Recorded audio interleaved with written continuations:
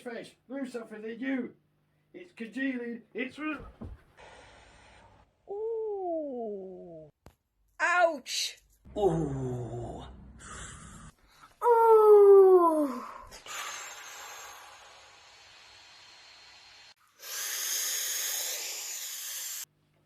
Got it. Can't negotiate, have you slimy git? Look what I got. I got a jar of dirt. I got a jar of dirt. I got a jar of dirt. And guess what's inside it?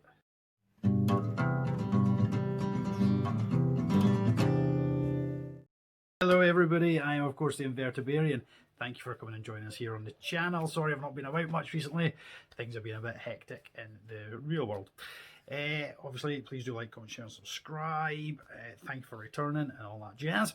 Now, before we get into it, there's a few things we need to cover. Obviously, we had the competition build-off between Lee and Steve, and I think it's already been pretty much well established that on this occasion, Steve has only gone and done it again with his alien-themed build-off. So well done to Tarantulas Enclosures, mate.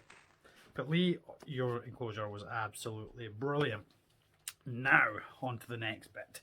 What are we doing here today? Well, we're doing a wee rehouse. And the tub of dirt is empty. I wouldn't have risked that with a spider inside of it. We actually removed him, her, earlier on before filming.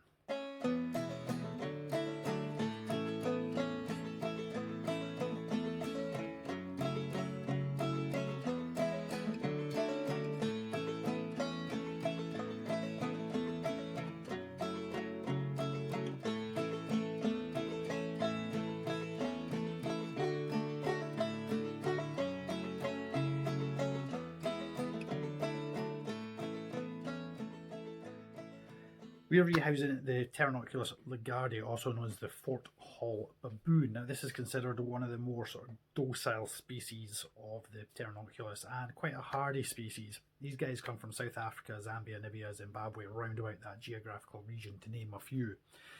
Throughout most of the year, it is relatively dry until the rain seasons arrive, I think between sort of mid to end of year, when you get these heavy rainfalls. But the rest of the year round is a relatively dry environment they live in. These guys love to burrow, so as you can see from the previous enclosure it's coming out of, it likes a nice deep burrow. So what we're going to do is in this new enclosure make sure there's loads of substrate, fill it up as much as we can, and hopefully it's going to burrow down, web the surface like it did in its old enclosure, and hopefully it's going to look friggin' awesome. For our Pterinochilus Lugardi, we are going to be using a 30cm Exoterra, the same size as these ones here. The substrate is going to consist of coir, sand, and probably a bit of sphagnum moss to create a kind of suitable substrate that won't just collapse on itself as the spider tunnels down. So what we're going to do is get that substrate all mixed together and then get into the enclosure. And as I say, we want to try and make this as deep and filled as we possibly can.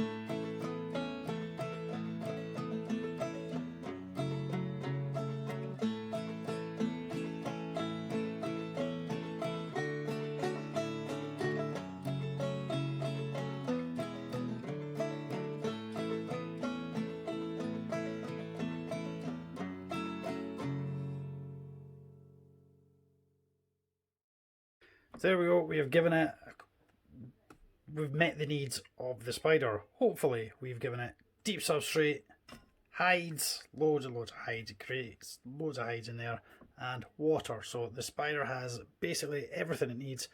Now all we need to do is get the spider into there. Let's have a look at this absolutely beautiful specimen. So here we can see the specimen, the spider itself. The colorations on these are absolutely beautiful. It's like this golden colour highlighting the sort of chocolatey brown of the main carapace, moving on to a lighter colour in the abdomen, and there's beautiful markings down there. This is an absolutely incredible and very, very beautiful, possibly underrated species. We're just going to take a moment to appreciate just how beautiful that spider is. Just look at that. I think you will absolutely agree that you need one of these in your collection. What we're going to do is move this absolutely gorgeous little beastie into its new enclosure and leave it to settle in. Now I don't really expect there to be many problems with this rehouse. We're going to aim to go in under here, where it's got plenty of hide, under here, and it can start kind of tunneling and settling as it sees fit. Okay, so as I say, we're just going to quite simply aim for on the back there. Come on out. I thought I would have darted right out, but as per usual, we don't want to play fair. It's not even throwing out any threat postures. It doesn't even want to leave this tub. There we go. Ah, we're in. We are in.